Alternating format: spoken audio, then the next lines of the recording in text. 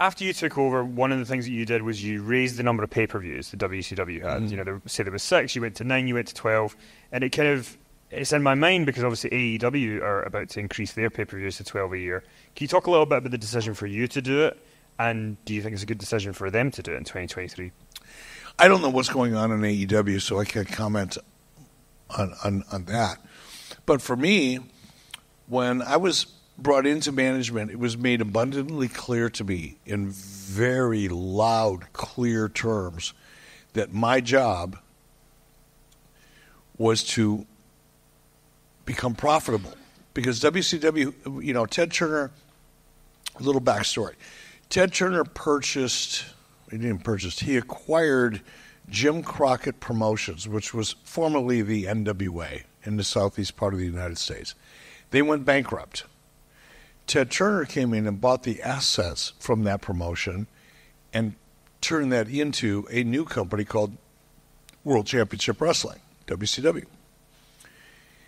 That was in maybe 1989 or 1990 is when that officially took place. Then WCW became a part of Turner Broadcasting, but it was losing money hand over fist. It was losing millions and millions and millions of dollars a year. The year before I was brought into management and was hired as an executive producer, WCW gross, their total sales, before expenses and anything else, their total sales were $25 million a year. But in the process of achieving a $25 million a year gross sales number, they were losing $10 million a year. That's how much it cost for Ted Turner to have WCW, was $10 million a year. That was the year before I took over. So when I first got promoted.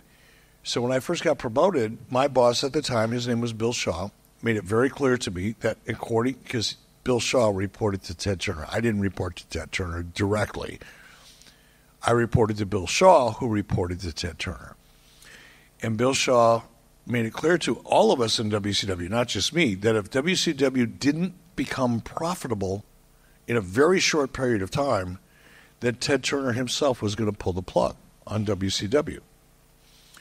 So my only focus was to try to find a way to become profitable. The first thing that I did was started cutting costs and expenses. I famously, when I first took over, I think like my second day on the job, I called everybody that worked for me into a meeting. I said, okay, everybody in this room, go back to your offices and count the number of pencils. Not pens, pencils. Go count the number of pencils in your desk, write it down on a piece of paper, and come back and report it to me. Everybody thought I was nuts. It's like, what the does he care about pencils for God's sake? And they came back, and I went around the table. There was about 12 people in the room. I went around the table and said, okay, how many pencils do you have? Well, I only have 2. How many pencils do you have? Well, I've got 4. All the way around the room. And I said, okay, now you know how many pencils you have. Those are your resources. A pencil is a resource. It's a tool. You use it in the course of business. It is value. Now I want you to think about everything else that you use and you do and the effort and the money that you spend in the course of your business, and think about it like a pencil. Because if you don't understand your resources, if you can't manage your resources, you can't possibly become profitable. You have to take care of business. And that's how I approached WCW from the very beginning, because we were losing so much money. And the only way I was going to turn it around was to change the culture, change the way people thought. Because everybody in WCW was led to believe that as long as Ted Turner liked wrestling, it doesn't matter if we lose money. Everybody believed that. So nobody paid attention to how many pencils they had, or how much money they spent, or what resources they invested in projects that they thought were going to work. They didn't care about it. Wasn't their money. The second thing I did, once I convinced or forced people to think about managing their resources, was focus on how do I increase revenue. I want to save money. I want to increase revenue. That's how this works. It's not rocket science, right? When Kenny put this tour together, I'm sure that he sat down and figured out a budget. He knew how much it was going to cost to fly me over. He knew how much the hotels were going to cost. He knew how much the ground transportation was going to cost. He had to figure out how much all the venues were going to cost him. He has a staff that he has to take care of that has to be paid. They have to put gas in their vehicles so that we can drive from town. All these all these pencils matter. And then you got to figure out whether or not you can generate enough revenue to pay all those bills and cover those pencils and still be profitable. That's all I did.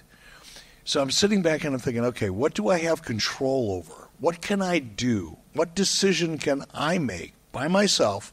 I don't need anybody's approval. I don't need to hope for anything. I just have to make a decision and do it. What can I do to generate more revenue? Well, that came later. But the only thing I could do at that point, because the only profit center that WCW, our live event side of our business, our touring division, sucked. Every time we went out the door, we lost money. Every time we did a live event that was not a TV shoot, we lost money. Well, I'm not going to do more of those. That doesn't make any sense at all. We didn't have any licensing or merchandising.